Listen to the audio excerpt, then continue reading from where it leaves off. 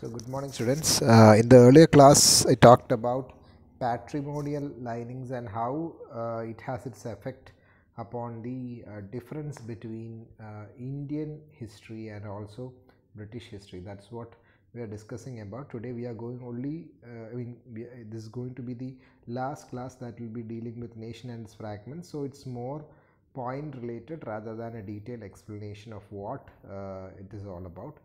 So, as in connection with patrimonial sultanism and also military fiscalism, we were discussing about how it it just affirms the view that colonial history and Indian history doesn't stand in one way. It is different, at the same time it is also connected to each other.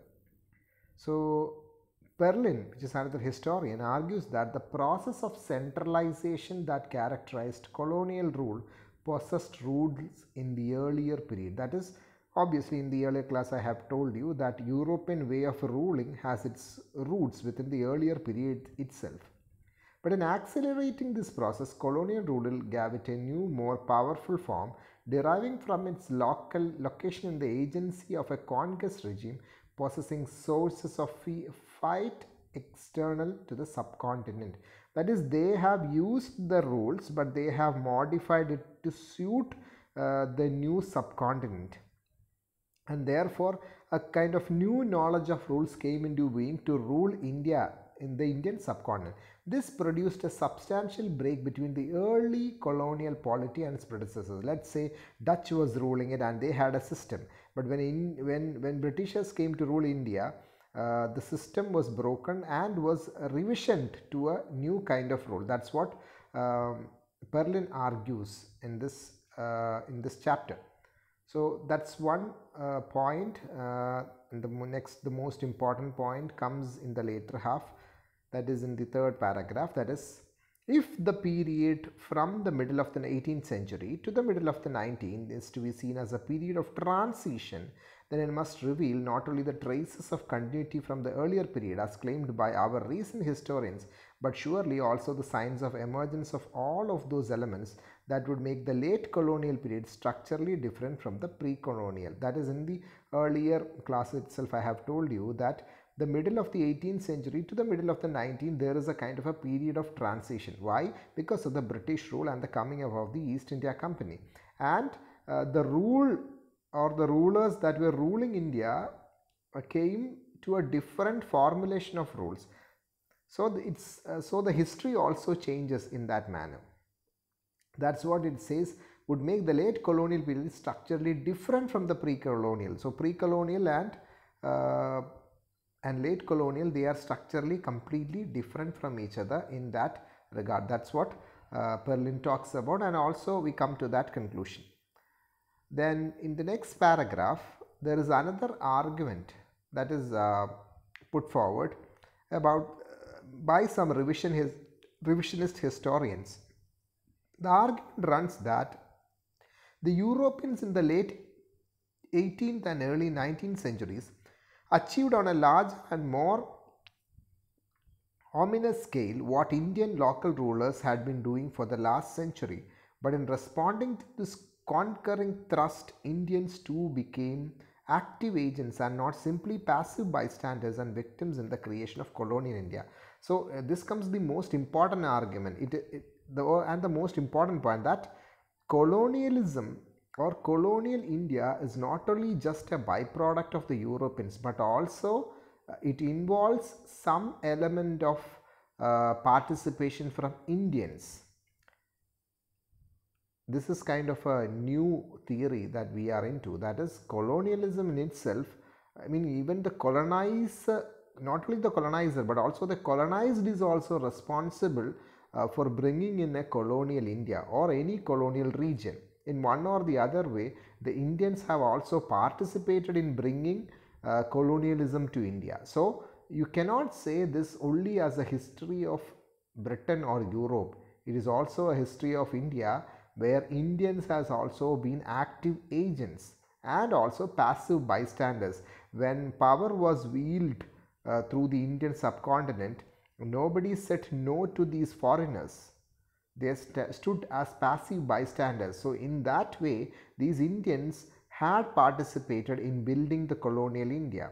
So you can say the Indians as an active agent in forming the colonial India.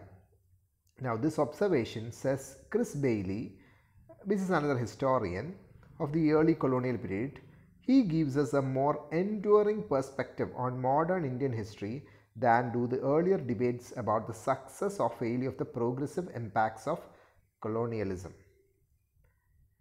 The economic history of India from 18th century to the present is a history of Indian capitalism. So that's the time period of Indian capitalism. We have Western capitalism, but Indian capitalism came into prominence during the 18th century to the present.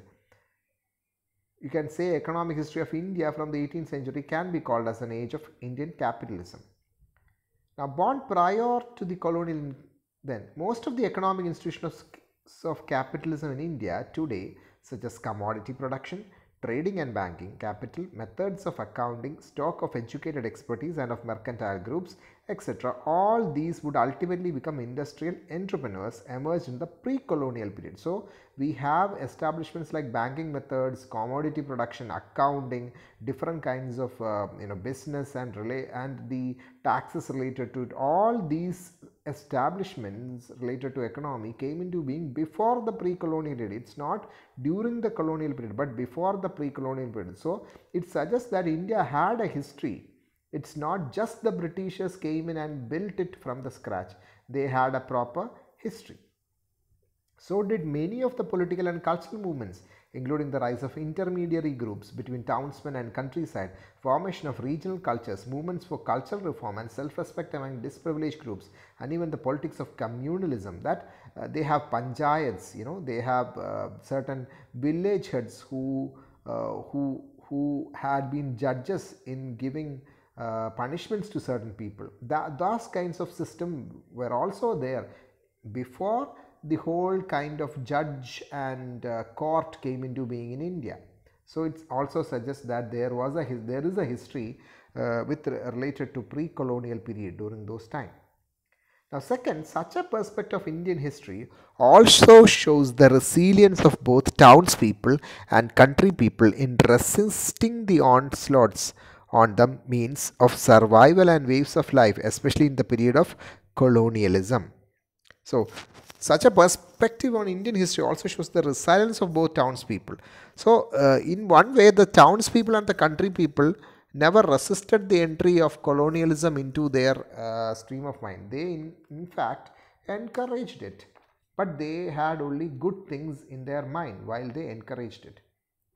So coming down, Bailey says that the news perspective enables one to construct a narrative running from the pre-colonial past to the post-colonial present, in which the Indian people are the subjects of history. So whether we are looking into the pre-colonial history or post-colonial history, or the post-colonial history, Indians are only the subject. We are not taking into account the subject of Europeans as such, because at the end it is only colonial India that we are talking about. Then why is it that we are not talking much about the colonialism or its process? That's another argument put forward by another set of historians, and they say, surprisingly, there is no clear answer to that question. They say the European trading companies were merely so many indigenous players in the struggle for economic and political power in the 18th century India, striving for the same goals and playing by the same rules. In the later half of the century, 19th century, when the British appeared to have achieved complete dominance at the apex of the formal structure of power, their ability to reach into the depths of Indian social life was still severely restricted. So, in the earlier time, the business completely was handed over by or managed by indigenous players, that is native people or native businessmen. So Europe could only gather information or have its complete power over Indian business through these players. So it is only through these players and the understanding of their history and their way of life, Europeans could gather support from India and also from the Indian administration. By the early 20th century, even this hold at the top was seriously challenged, and of course, by the middle of the century, the colonial power was forced to leave. So Britishers ruled India through its business, through its control over different zamindars, different land property owners, etc. But in the middle of the century, especially 20th century, the colonial power was forced to leave, and as centuries came across, as centuries has passed away, uh, past as centuries passes, they have diminished, or their complete control over these material benefits, or let's say administration, completely lessened, and so much so that eventually the colonial power was forced to leave from the land of India. So this is what other historians say. Now moving on, we move on to another subject which is important, that is, what do you mean by this historical theory which Washbrook states? Now, this historical theory is nothing but it is the familiar theme of a capitalist development. Now, what do you mean by this capitalist development? Not all forms of development of capital necessarily lead to modern industrialism. You cannot consider that capital or money can lead to industrialism. No. The development of industrial capital in England or in Western Europe and North America was the result of a specific history. By affirming this, what Washbrook wants to suggest is that Western Europe had a proper history. That's the reason why they became a symbol of modern industrialism, whereas India doesn't have that amount of capital history. It has a business history, but it doesn't have the development of capital and doesn't have a history regarding capital as their own. And that's why he says, instead of tracing the particular course of the indigenous history, therefore the practice has been to see the history of the backward countries as a history of lack, a history that always falls short of true history. That's the reason why, by pinpointing these ideas, they try to rule India. That's what Washbrook says, and that's what you call as historical theory. The theory that native or indigenous people doesn't hold much of a capitalist development theory, whereas the West has a rich attribute of capitalist development history. Now another argument, that's one argument. That's another. Recent research show that the economic and social institutions of pre-colonial India, far from impeding the growth of capitalism, actually accommodated and encouraged most of the forms associated with the early modern capital. Now even Marxist historians is in support of this view, that pre-colonial India in fact accommodated modern aspects of capitalism into India. So in one way, what Washbrook suggests is that India is also responsible for what has happened to Indian citizens, or let's say India as a country, especially in terms of the colonial aspect. Then not only did trading and banking capital grow as a result of long distance trade, but large scale exchange took place even in the subsistence sector.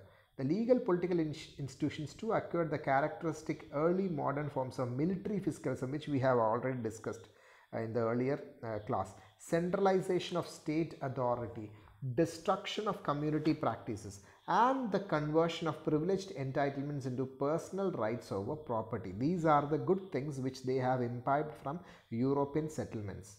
Despite the cultural differences with Europe in the early capitalist era, India too produced institutions that were capable of supplying broad similar economic functions. The East India Company entered the scene as one more player. So, India too produced institutions that are capable of supplying broadly similar economic functions. So, it's a kind of an amalgamation of the Europe and the Indian connotation regarding capitalism. So again, it just affirms the view that it's a combination.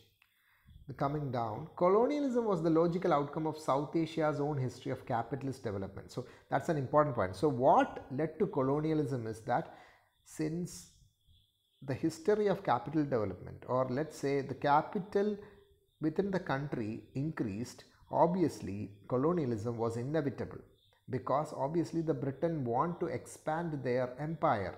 So it is intrinsically connected to capitalist development within within Britain or London or even England. So that's an important point. Colonialism was the logical outcome of South Asia's own history of capital development. Then, once colonialism is shown to have been produced by an indigenous history of capitalist development, everything that followed from colonial rule becomes, by the ineluctable logic of historical theory, an integral part of the same indigenous history. So this historic of capital development led to this can also be considered as an aspect of historical theory, because the history of capitalist development of the West becomes the history of the capitalist development of the indigenous or even India. This is what the text or this chapter is trying to communicate. Then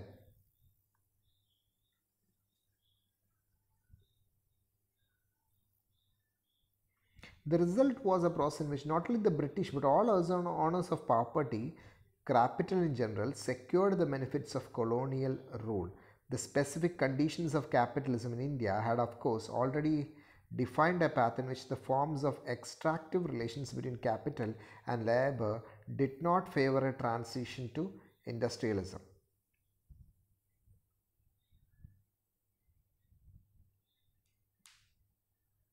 So in India, the problem is that even though capital was available, it's not easy to find a kind of a labor. And more than that, it has its own connection with Indian freedom struggle, and that's the reason why it had never become a proper system. This introduction of capitalism has never been a proper system in India, because it suffered within the rubrics of Indian national movement, in which not only the British but all owners of capital in general secured the benefits of colonial rule. The specific conditions of capitalism in India had of course already defined a path in which the forms of extractive relations between capital and labor did not favor a transition to industrialism. So obviously there was the way of looking at things was completely unequal, and that's the reason why industrialism never took its proper turn in India, because even in industrialism there was a difference between people, difference between classes, and that's the reason why, unlike the Western subcontinent, Indian subcontinent was not able to acquire the completeness within industrialism or modern industrialism as such. So that's the end of that section. Next section, colonial difference as a post-colonial difference. We have already dealt with what do you mean by colonial difference. That is the difference in terms of history and literature, culture and everything, from the point of view of the natives and also from the point of view of the Westerns. And this colonial difference, which has been going around for the last 10 centuries or like 6 or 7 centuries, how it has become a kind of a post-colonial difference. That is, the colonial difference which existed during the time of the Britishers exists even today in different forms. That's what Partha tries to communicate. Let's say, what do you mean by historical theory? Now, in one word you can say that the historical theory is the theory of incorporating the colonial history with that of native history. That's the best way to put forward what do you mean by historical theory. Now coming to the main points, Washbook again argues, for instance, that Eurocentrism and the denial of subjectivity to Indians were the result of the emphasis on difference. That why were Indians treated as different? That the difference which produces India as the other of Europe also requires as its condition an identity of Europe and India, otherwise they would be mutually unintelligible. So, but in a way, by considering India as different or Indians as different from Britishers, you are making an alternate history, that is the history of the other, which obviously becomes the history of India, which obviously gives an identity to India and a different identity to the West. So in one way it is good that India has been treated in a different way, because it makes it, it gives it a kind of an Indian identity, and it gives the Europe a kind of a different identity. So in both ways they are really good. That's what Washbrook says, because there is no amalgamation as such. They are different, they are completely opposite to each other in that way. By emphasizing either identity or difference, however, it is possible to produce varied meanings. In this case, the effects noticed by Washbook are those of Indian authenticity on one hand, Eurocentrism on the other. What he does not recognize is that the two histories are produced within the same discursive conditions. So even the colonial history and the Indian history are produced as a result of the Indian subcontinent, its rules, its differences, its classes.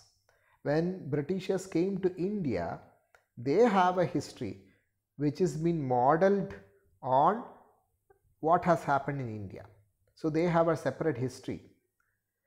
And when it comes to India, India also has a separate history. It has a British history, where what has happened during the time of Britain, and what has happened during the time of Dutch, what has happened during the time of French. So we have separate history. So here Washbrook talks about multiple differences and multiple histories. Coming to the next page. The assumption that made possible the incorporation of the history of India into the history of Britain in the 19th century is that Europe became the active subject of Indian history, because Indian history was now a part of world history. So by making India as a part of Europe, or let's say Britain, India has entered into the realm of world history. That's what another assumption of the historians. Then another point. The history of Indian capitalism in his argument, that is the historian's argument, especially Washbook's argument, is different from that of European capitalism, one which we have discussed in the earlier chapters. So that's a point. You don't have to go deep into that point. Let's come down.